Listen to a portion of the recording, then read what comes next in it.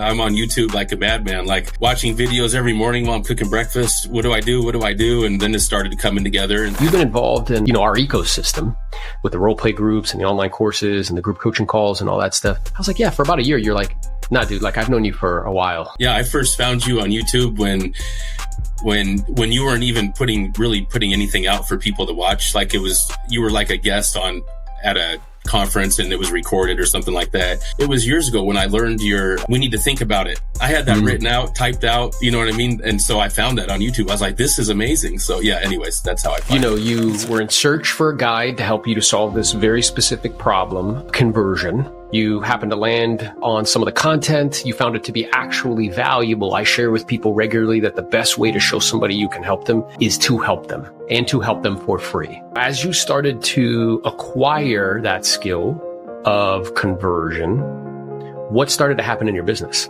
Well, of course, it started to increase.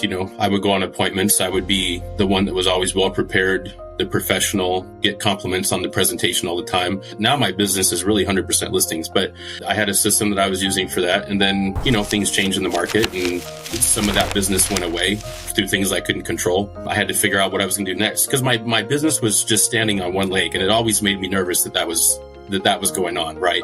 But I didn't want to go work with buyers. There was not a bunch of expireds to call and things like that in my market. And then you actually participated in the probate course that we offer. How did that equip you? How did that kind of guide you in ways that you were just calling them, not really understanding the process, not really understanding added value, not really understanding what to say and how to say it? So how did it really equip you? And then what was the outcome as a result? Because I know you've gotten like fantastic outcomes over the last 12 months in probate.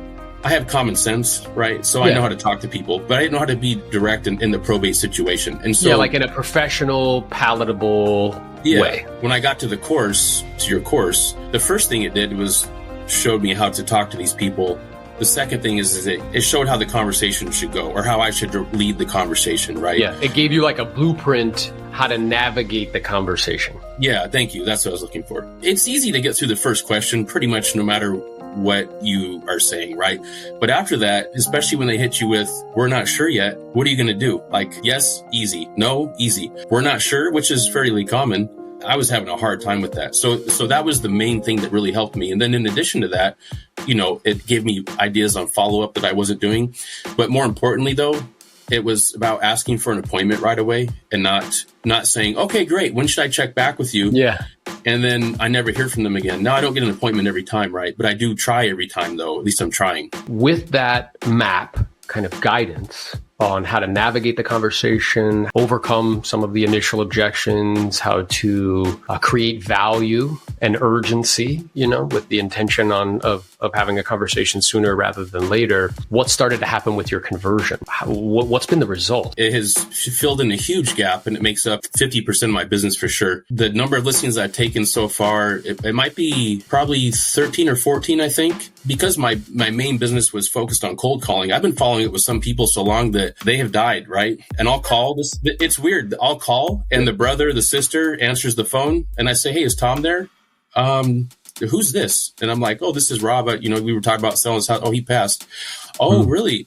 And are you guys, in so many words, are you guys going through probate? Yeah, we are. Oh, well, and then I can shift the conversation. Not only is it directly as I'm calling these probate leads, but it's also helping me as I'm calling or as I'm following up with people. I know it's sad, but hey, that's the way life goes. And so I'm able to help them though. So yeah, that's right. Death and taxes, man. It's just part of the experience. And now that you're equipped with that specialized knowledge, you understand that roadmap and you understand that process, you can very quickly pivot, begin to have conversations with them that are very specific to the probate process. You demonstrate to them that you are a guide, that you understand the language, that you understand the process, and that's causing you to actually list more properties as a result, even ones that aren't specifically ones that you're targeting in terms of, they're already started the probate process. And it's weird. I like in an area that really I don't get listings just from cold calling. I've gotten $3 million listings. And these are just normal neighborhoods in my area, though, where they're the result of probate, where normally I wouldn't even have listings. So it's pretty amazing. What I'm also aware of, too, is because I think you understand a little bit of the creative side, that they've also presented opportunities where you can suggest to them multiple different options and choices. So like, okay, we can either list the property. That's cool.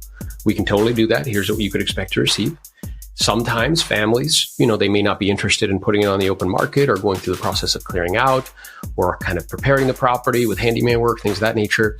And those families, they actually very much so value expediency and a lack of effort. They don't want to have to do anything. And in those instances, we can offer you another creative solution, maybe a cash offer or a novation or another type of exit, sub 2, things of that nature. So can you talk a little bit about how focusing on this lead source has actually allowed you to learn that other side and therefore be able to add more value by providing more options and choices to consumers? Yeah, I just did one in the beginning of the year. The lady, it blew me away, but the lady had a house that was turnkey, move-in ready. She put a brand new roof on it. Her and her sister just did not want to put it on the market. It was literally like, Rob, we are not putting this on the market. Like, okay.